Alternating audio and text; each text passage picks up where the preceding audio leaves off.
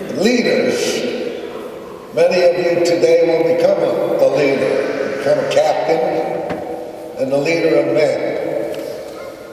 And a leader is someone who stands out in front of his men, but he doesn't get too far out to where he cannot hear their footsteps. In order to be successful in your position, you've got to be able to motivate people. I can remember when Cardinal O'Connor in New York, he served a memorial mass for my mother, and he wanted to see me.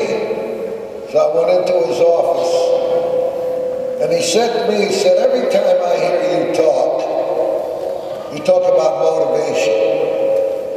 Are you trying to tell us that you have to motivate players making $5 million, $10 million, $15 million a year? I said, that's right. I said, everybody in this country, from the president on down to the lowest job, at some time or another, needs to be motivated. He needs to get to believe he can be better than he usually is. And he said to me, when did you start feeling this way about motivation? I said, I remember the day that I could motivate players. I was managing Spokane of the Pacific Coast League, and we're playing in Tucson, and we had them beat 3-2. The bottom of the 8th inning, they had the bases loaded and 2 outs. And I had a left-hand pitcher named Bobby O'Brien on the mound. And I said, I'm going to go out there right now. I'm going to get this guy to believe that he can get this batter out. Because if he gets his batter out, we're going to win this ball game. So I went out to the mound, and I said, Bobby, if you could hear the voice of the big Dodger in the sky talking to you, and he said to you, Bobby, this is the last hitter you're going to face on earth, and you're going to die and come to heaven with me. I said, son, how would you like to go facing the Lord? Giving up a base hit or getting this guy out? He said, Skipper, I want to go facing the Lord, getting this guy out. I said, then how do you know that when you make that next pitch that you're not going to die? And if you are going to die, I want you to get this guy out. And I ran back to the dugout before I got in. The guy got a base hit, 2 runs scored, and they went ahead. Now I got to go out and take him out. I said, son, what happened? He said, Skipper, you had me so afraid of dying, I couldn't concentrate on that hitter. So if I can get that guy to believe he's going to die, I sure as hell can get him to believe he can be a better player. So as a captain, you're going to be a leader. You're going to have to motivate people.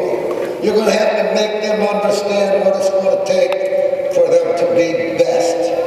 You have to do everything in your power to represent the organization that you are representing.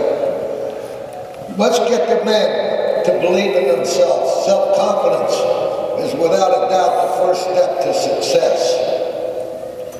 And you have to make sure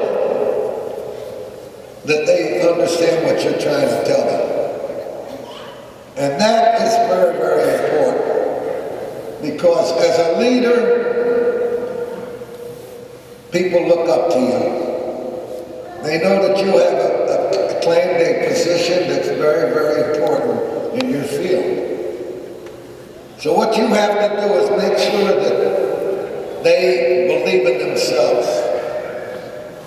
Because I had to motivate players. I had to motivate players making $10 million a year. You have to motivate them. You got to make them believe.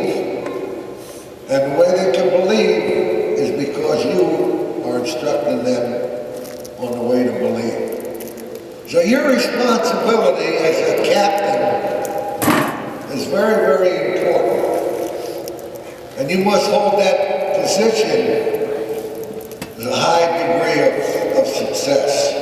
You worked hard to become a captain. It just wasn't handed to you. You had to work to get it. And if you worked hard, it always pays off. So I look up to you, man, with so much admiration and respect. I know what you're going to be faced. I know what you do. I see you on television that you go into these fires and you do everything you can to save people's lives. So you got to be proud of yourself. You got to be proud that you can do that position for not just firemen, but for your country. You know, every once in a while I go get a lot of food and I go down to the firehouse and sit with the guys down there and have them fed, have a lot of laughs. So they were getting ready to go on an emergency call. So they said to me, "You want to come with us?" I said, "Sure, I'd like to come." We went to an old place, an old establishment that was home for the elderly people. And we got in there and there was this man, he looked like he was very close to death. And I stood in front of the bed and I started talking to him. And he raised up. He said, "Tommy Lasorda, oh my God." He thought he was in heaven and I was there with him.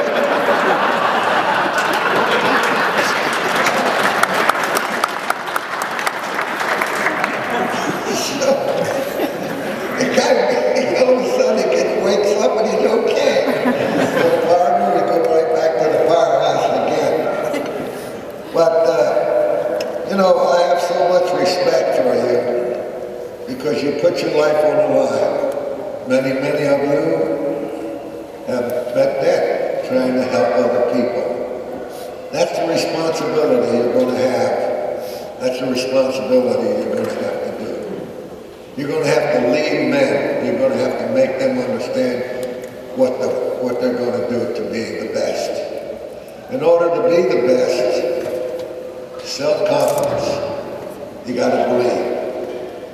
I've got 64 years with the Dodgers. I've managed 20 years Dodger Stadium. And that's not something tough, because there have only been 4 guys in the history of baseball who managed the same team for 20 years or more. And I happen to be one of them. But I became a Hall of Famer. What did I do? I didn't pitch, I didn't hit, but I had men who did it. I had men who believed that they could do it. And that's what put me in the Hall of Fame, was my players. When you're a player, you can get in the Hall of Fame because of what you have accomplished. How many home runs did you hit? Or how many games did you win? But when you're a manager, it's up to those guys to put you there. And I told him when I first met with him, I said, "Gentlemen, I need you. I need you because I've got this job that I worked so hard to get. And I got the job, and because of the fact that I am your leader, you must understand this. You give it everything that you have day in and day out. You play for the name and the frame in front of your shirt, and not for the name on the back of your shirt. Because when you start playing for the name on the back of your shirt, you become an individualist.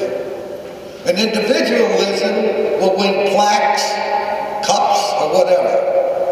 But playing for this name on the front of the shirt, you win championships.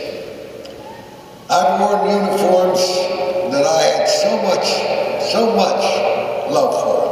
I was a Boy Scout.